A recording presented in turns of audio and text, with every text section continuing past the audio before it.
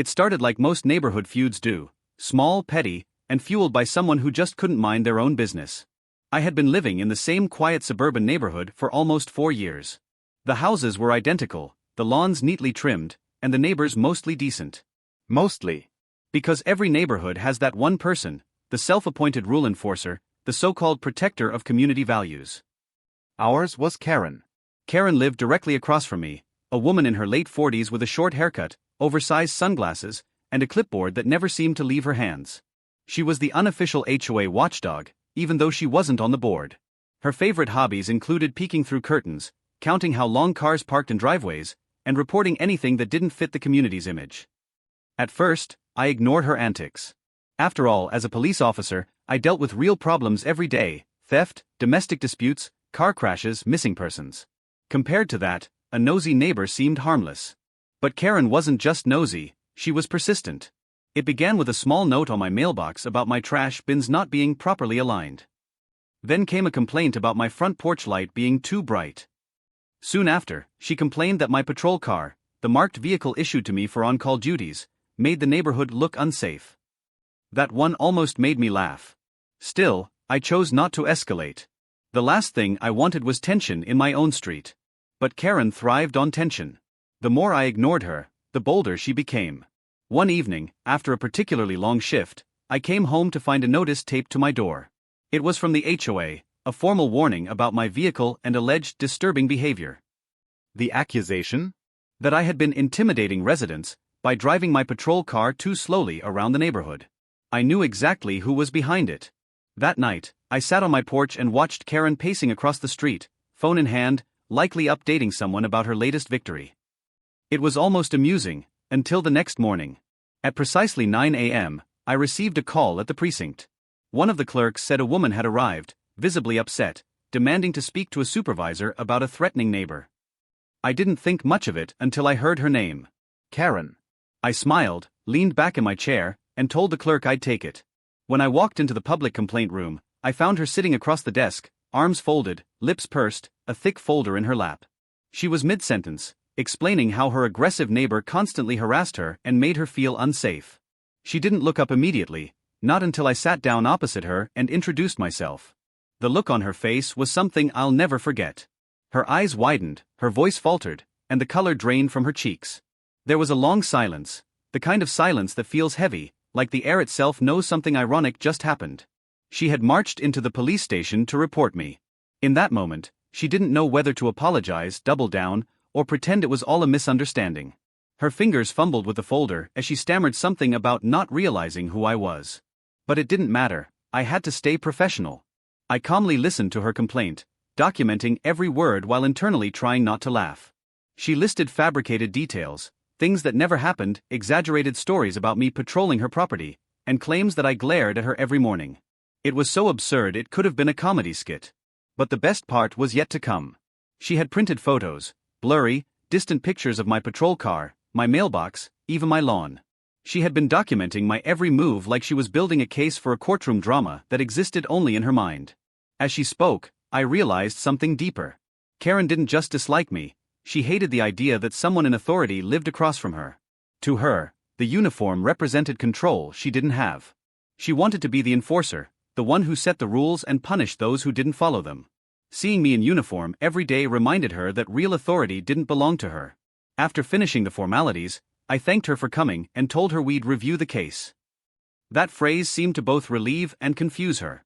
She quickly gathered her things and left, avoiding eye contact. But I could see it in her face: humiliation.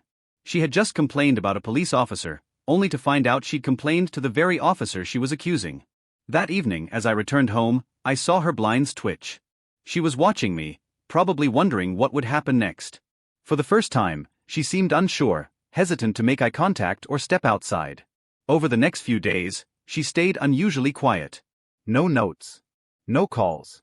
No complaints. I figured maybe she'd finally learned her lesson. But people like Karen don't quit that easily. A week later, a letter arrived, not from the HOA this time, but from the county office. She had escalated her claims, filing a formal harassment complaint against me. It was almost impressive how determined she was to win a battle that existed only in her imagination. But what she didn't realize was that filing a false report against an officer is a serious offense, and I had every bit of evidence to prove she'd been lying. As I prepared my response, I knew this wasn't over. Karen had crossed a line, and now she was about to face the consequences of her own obsession. The real irony? She'd started a war with the one person who knew exactly how to play by and enforce the rules. Karen's second complaint wasn't a surprise, but the effort she put into it was. She had mailed her accusations not just to the local precinct but to the county internal affairs division, attaching photos, false timestamps, and even witness statements from two of her friends in the neighborhood, both equally dramatic and equally unreliable. It wasn't my first time dealing with a false claim, but this one was personal. It wasn't about duty, crime, or justice. It was about ego. A neighbor who couldn't stand being ignored had tried to weaponize the system I served against me. When my supervisor handed me the notice of review, I simply nodded. He knew me well enough to realize I wasn't worried. Still, protocol demanded that another officer, from a different district, handle the review. I welcomed it. If Karen wanted an investigation, she'd get one. Over the following week, Internal Affairs quietly reviewed her complaint. They spoke to witnesses, looked at camera footage, and cross-referenced her claims.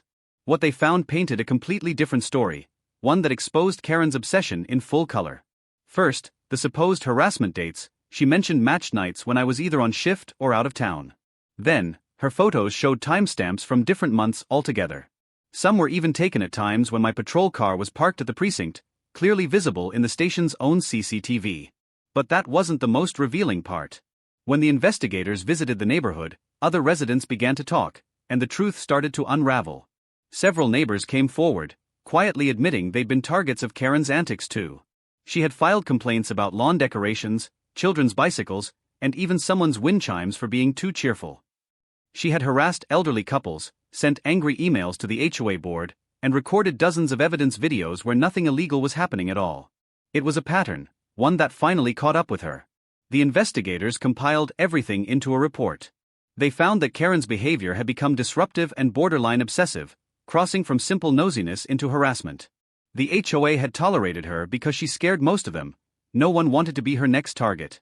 But now, her obsession had reached law enforcement, and that changed everything. A week later, she was summoned for questioning. I wasn't present, of course, that would have been unethical, but word travels fast. The officers described her as defensive, emotional, and visibly shaken when presented with the evidence. She tried to backtrack, claiming she had been misunderstood, and that she only wanted to feel safe. But the facts were too clear. Her complaint was dismissed, and she received an official warning for filing false reports and misusing emergency services. It wasn't a criminal charge, yet, but it was serious enough to put her on record. That same evening, I drove home after my shift and noticed something different. Karen's blinds were closed for once. No car in the driveway. No clipboard. No one pacing near the window. It was quiet, eerily quiet. Days passed, and the neighborhood began to breathe again. People started walking their dogs freely, kids played in front yards, and neighbors waved at each other without fear of being photographed. It felt like a weight had lifted. The silent rule of fear that Karen had imposed was finally gone. Then, about 2 weeks later, an envelope appeared in my mailbox. No name, no return address, just my house number written in shaky handwriting. Inside was a single piece of paper. Officer, I didn't mean for things to go this far. I just wanted to feel heard. I'll stay out of your way from now on. K. There was no apology, not really. But it was as close to one as someone like her could give. I folded the paper, put it away, and let it be. There was no need for revenge. She had already faced it in the most poetic way possible, through her own reflection. Months passed peacefully after that. The HOA elected a new board, one that enforced rules fairly and transparently. Karen stopped attending meetings. Her house stayed quiet, and though she'd occasionally peek from behind her curtains, she never crossed another line. But the story didn't end there. One afternoon, about 6 months later, I was called in for a community outreach event, a local safety awareness session for homeowners. The meeting was held at the neighborhood's small community center, and residents gathered to learn about emergency preparedness, fraud prevention, and local policing. As I walked to the front to begin the session, my eyes scanned the room, and there she was. Karen. Sitting near the back, head lowered slightly, notebook in hand. For a moment, I wondered if she'd leave, but she didn't. She stayed the entire time, listening quietly as I spoke about neighborhood cooperation and mutual respect. When the session ended, she didn't come up to me, but she did something unexpected. She clapped. Just once, gently, before slipping out the door. It wasn't forgiveness, and it wasn't friendship. It was acknowledgement, maybe even acceptance. Sometimes, the hardest lessons come wrapped in humiliation. And sometimes, karma doesn't need loud justice, just quiet irony. In the end, Karen's obsession had taught the entire neighborhood something important: that control built on fear never lasts, and respect can't be demanded, it's earned. As for me, I learned to see things differently too. Every uniform has a target on it, and every badge represents more than authority, it represents patience. And in this case, that patience turned a bitter feud into a quiet victory. When I look across the street now, I no longer see the woman who filed a false complaint. I see someone who finally learned that not every battle is worth fighting, especially when the person you're fighting is trained to keep calm, stay professional, and let the truth speak for itself. The irony of it all? Karen had tried to bring me down by filing a complaint with the police.